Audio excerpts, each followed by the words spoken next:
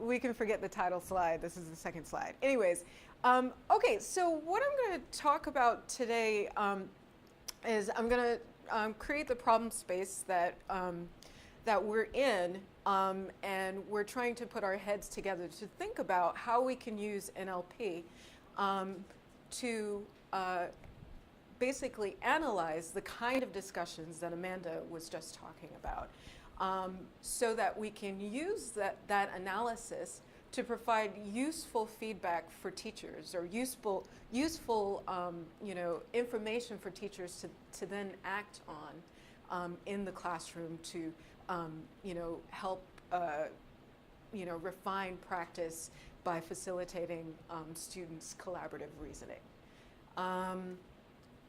I'm sorry. Okay. So the kind of discussions, so Amanda gave, I think, a really nice background. So you can definitely see that our work is in conversation, and I was at LRDC for many years. So this work comes out of some of the ideas of Lauren Resnick on accountable talk. And accountable talk is a form of discourse where a teacher is facilitating students in a collaborative reasoning process.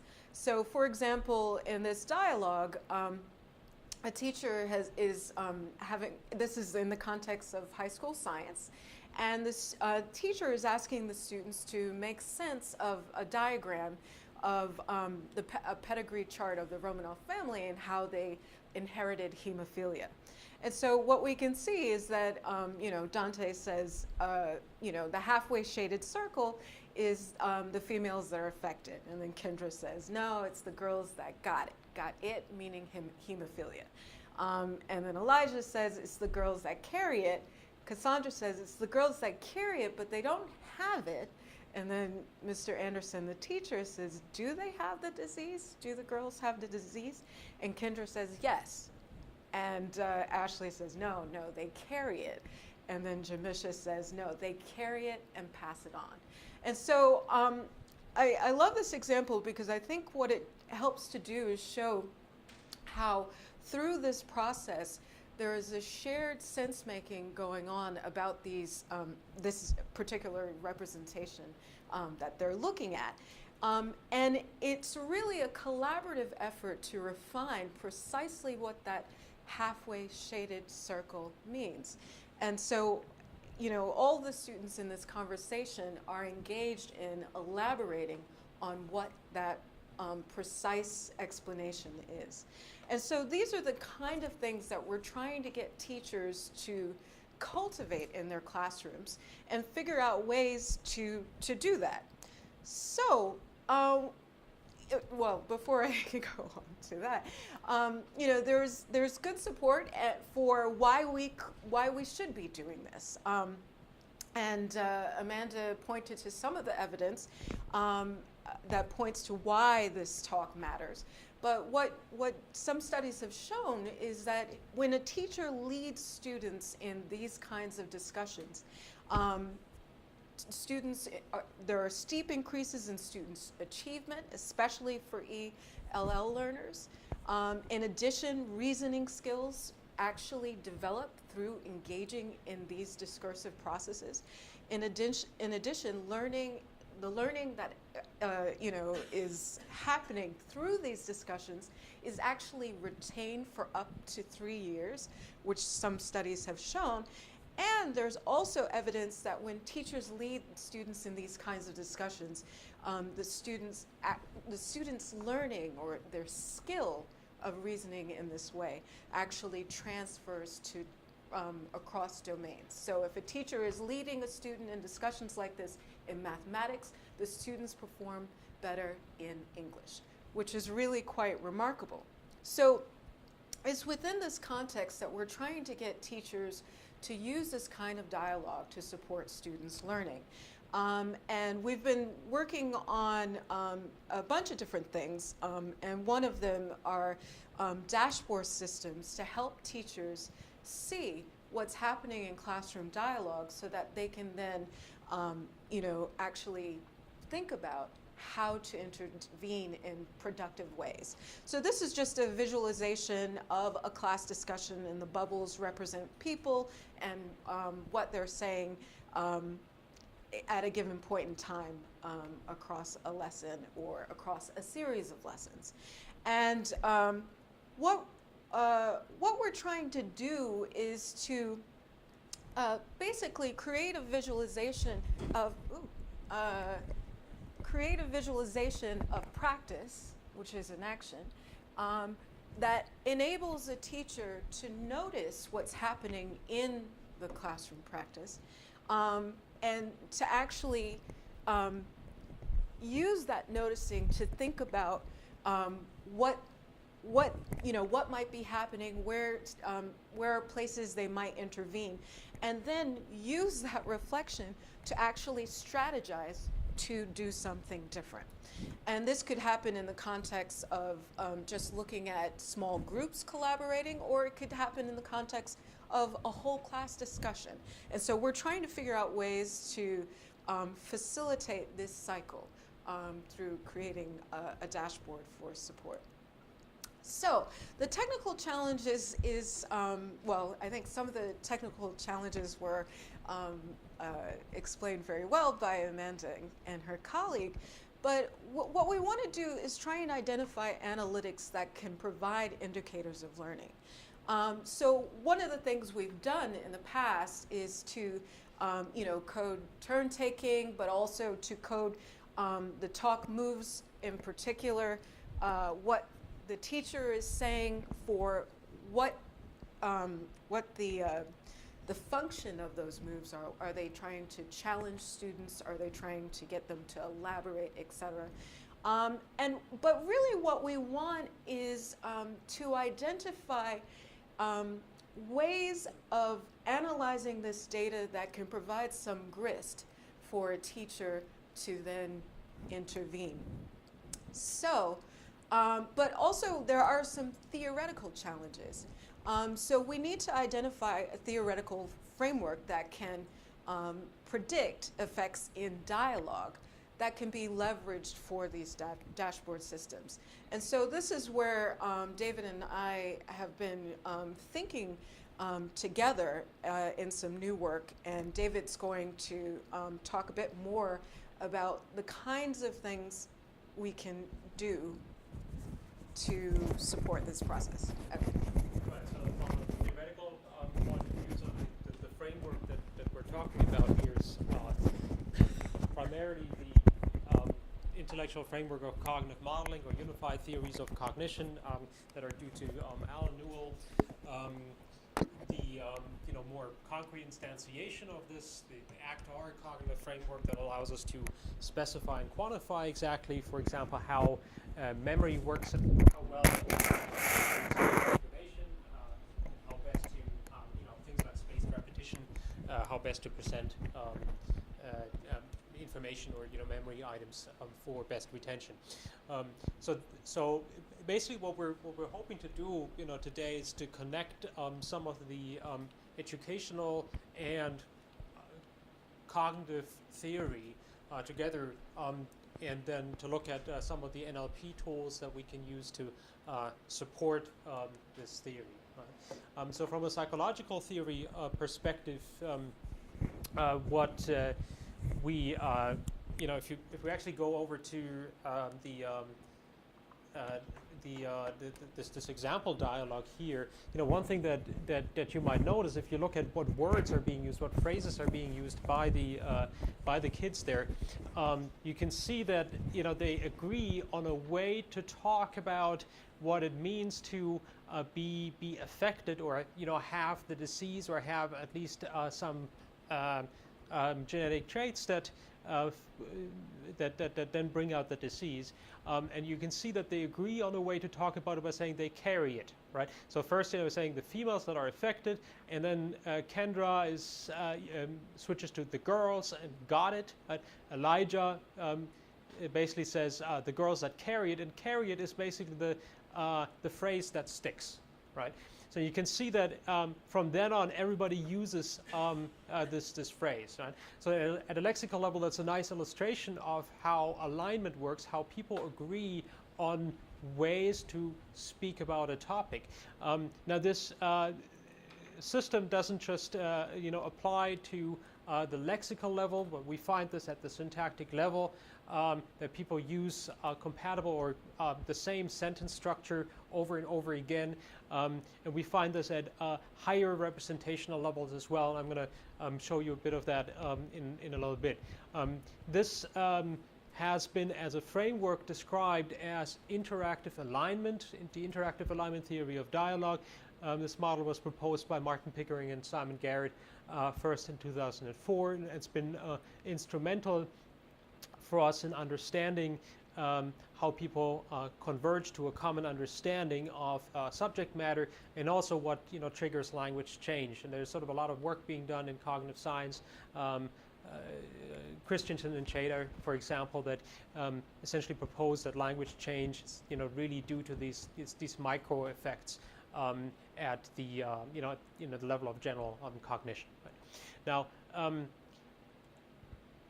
the interactive alignment model proposes that this alignment, this copying and adaptation happens at these different levels of linguistic representation, and that these different levels actually support each other in increasing alignment. So it's really a cascade of effects here. So we're no longer just aligning or communicating via the actual speech, right? But communication really happens not just in terms of the content and the what, but also in terms of the how, right? And by aligning in terms of the how, we reach better common understanding, right? Now, in order to find alignment, the classic way has been to study things like syntactic priming, lexical priming in experiments, the psychological experiment approach that tends to produce large effects and allows us to infer causal relationships.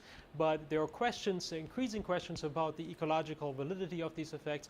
Do these effects actually generalize to the real world or the real classroom, right? And that's a real question, because in cognitive psychology, just like in many other areas, we've been having problems with replicability of published results. There are a number of tools now available that allow us to analyze alignment with large-scale data. So, for example, syntactic parsers, distributed semantic representations at the to describe how similar let's say words are, language modeling that allow us to produce information theoretic measures of surprisal, and I'll get back to that in a minute. And these NLP tools now allow us to look at not just hand-coded data from small data sets that come from experiments, but they allow us to actually bring our experiments to, so to speak, the real world, right? So real world, large-scale data typically comes in form of corpora that are prepared and made available. So some of the corpora that we use are switchboard, spontaneous conversations, map tasks, that's a task-oriented dialogue between two people where we have a measure of task success, but also really large-scale data like Reddit. I've got several terabytes of discourse between people on the web, that spans more than 10 years. I've got 15 years of conversations between cancer survivors, where you can look at other things beyond just the pure linguistic alignment, but also sort of the alignment of intent and pragmatics and so on and so forth. So what we don't have, and what we'd really like to see, and that's why we're quite happy to see some of the talks here, is our data sets in the educational context, right? So that's why we're quite excited that you guys are producing that, because that'll be very useful for the study of dialogue in this context with these methods. I'm probably not going to get into too much detail about the actual math behind that, but that's all pretty well documented. There are different methods to quantify alignment. Now, what I did want to show you is an ACT-R model of alignment, and really just at a high level point out that this model that we proposed back in 2011 that's formulated within that ACT-R architecture basically proposes that working memory plays an important role in producing alignment, in that people who retain semantics in working memory, that means people that are engaged, actively mentally engaged, cognitively engaged with the topic that they're talking about, will also display more alignment, syntactic alignment and lexical alignment. This is a model of syntactic alignment, but the principle spans the different linguistic representations, and that basically it makes the prediction that somebody who pays attention to the dialogue and the subject matter will display more alignment. Right? And in turn, what that means for us is that we can perhaps use alignment as a predictor of engagement and ultimately of how accountable is the talk, or how does this kind of dialogue happen in the classroom or in other educational contexts, and does it correlate with learning gain? Right. So that's really the question that we'd like to ask based on the theoretical prediction of this model. The second thing I wanted to point out is that you can broaden your perspective of alignment, and a lot of new studies in computational psycholinguistics have been looking at information density. So how predictable is what I'm saying? So for example, if we're looking at the last word in these two phrases, eat some ice cream, right? How predictable is cream from the context? It's very predictable. It's not surprising at all. Right? However, when I say eat some ice sculptures, right, and you can see that it goes together with ice, but in this context it's not very predictable at all, very surprising. Which one has more information? Well, the second one, right? And this is this information theoretic measure that's based on entropy that allows us to say, okay, there's more or less information in somebody's contributions to dialogue.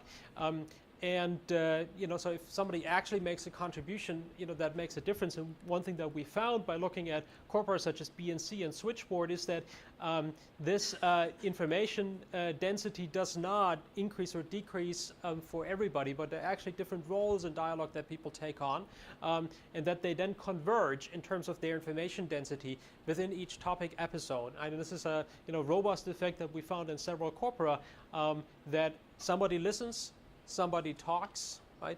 And then over time, the person that listens becomes more and more informative in their contributions as they understand more and more about the subject matter of the specific topic, right? So again, we have a convergence effect that you could consider, some form of alignment.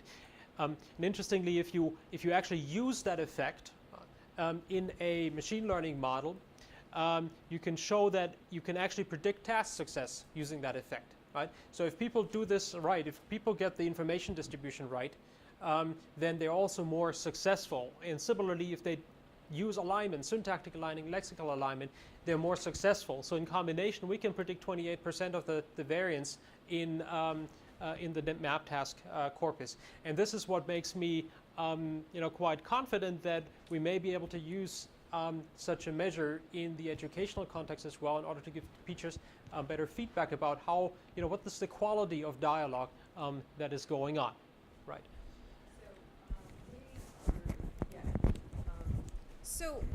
Just to conclude, we think that there may be some potential for using alignment to detect what's happening in these collaborative discussions, so as to provide teachers with some information to reflect and notice on what's happening in their classrooms, and then actually figure out ways to intervene and support the students. So okay. So I'll just leave this is effectively what we're arguing, and I look forward to hearing what your questions and comments.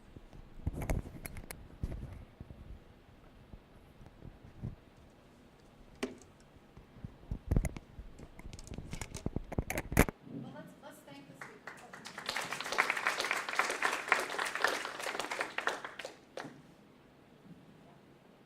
So one thing I noticed about the alignment in the example go from more academic vocabulary to more colloquial, so like being a carrier versus she got it or something like that. And I'm wondering if you think that that has kind of particular implications for learning and for discussion in the classroom, and whether you can model whether the alignment happens kind of downward from academic vocabulary or upward to, okay, we're going to use the term carrier in our conversation. So we've done some work in the context of problem solving where people have to communicate information about a shared environment. Could you stand at the mic, please? Oh, this mic as well, so several. It's okay. So that's So okay. And basically, what you can systematically find in there that people do sometimes go to more general words. Sometimes they go to the more specific words. We actually contrasted the two, right? So it's not very clear, which one it is. So the anecdotal evidence that you're getting from these examples here is not necessarily reflective of what's happening in general. The second thing is, yes, I mean, you could feed that into a machine learning type model and predict something like learning gain or some other outcomes based on such features, and that's an interesting question. I agree with that.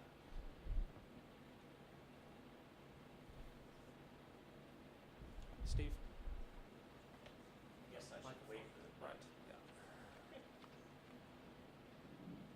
Yeah. Hi, that's was really interesting, and I wondered if you were thinking about applying this to online courses where there's a discussion board and suggesting perhaps to a student in a separate email.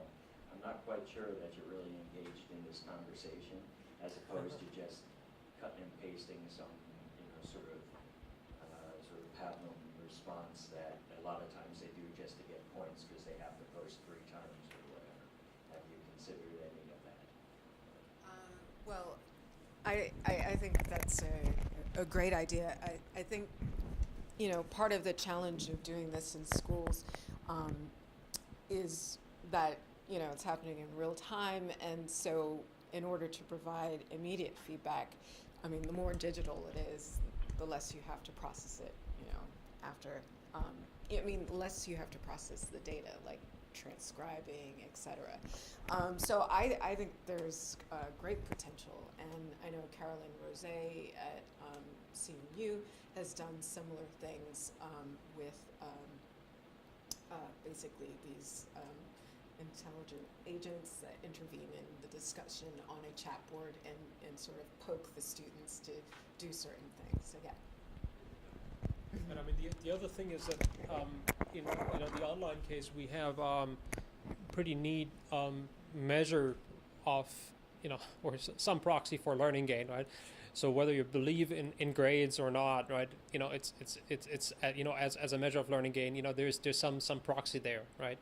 Which would allow us to train models that predict at least grades, individual grades, as a function of the quality of their dialogue, to validate these theories. So yes, so from that perspective, moving then on to an experiment where you actually give people concrete feedback, I think is yet another step, and I think it would come beyond that, once this has been validated. Right? Just wondering if you could say more about the ACTAR model. Yeah. If you could say more about the ACTAR model. I didn't know what, if you were including the NLP features and what parameters in the ACTAR model were accounting for a variance, and what you say that it predicts, like at what level? Right. So there, unfortunately, I had to go over this pretty quickly. So there are 2 aspects. The ACTAR model is really the theoretical side that predicts a number of features, a number of interactions that the syntactic priming effect has. So that is basically alignment only at the syntactic level. And the way it works essentially is a combination of general purpose queue-based memory retrieval effects, where ACTAR tells us how easily do we retrieve a certain item from memory, and that particular item is a syntactic construction in this case. There are different factors that go into that, including decay or activation that is reduced over time, according to ACT-R's based level learning formula. Then the cues that come from working memory, and this is where this theory of engagement comes in, that we say if we retain a lot of material in working memory, we retain these associations that then spread activation and facilitate retrieval of the syntactic items, right? So there are, sort of a number of things that really produce that pattern of effects in ACT-R, and this is not just 2 or 3 effects. It's like to the order of 6 or 7 different effects documented in the literature, including some that were predicted and evaluated later on by other labs, right? So, and it basically proposes that language production is something that can be reflected or done with general purpose cognitive mechanisms as opposed to a specific unit in the brain that deals with language. But going beyond that, because you asked about predicting task success as well, if I understand that right. So these here are not ACT-R models. These are machine learning type models that basically acquire a mapping between a bunch of simple features such as how much syntactic repetition there is, how much lexical repetition there is, and this power spectrum overlap that we've documented in this newer ACL paper. And in combination, these features predict quite a bit of the variance that we're observing in task success, right? What are you using? I'm not seeing the model. Well, this just uses a basic SVM, but we're somewhat agnostic to what model you use, because I think we're not engaging in that sort of engineering where we're trying to get the last bit of performance out of that, but if you use something more modern like a neural network, you might get slightly better performance, but you might or you might not, right? But the point is that these features that are theoretically motivated predict that, and I think that's really important to us. And this is work with Yang Xu, I should probably say. Alrighty, thank you.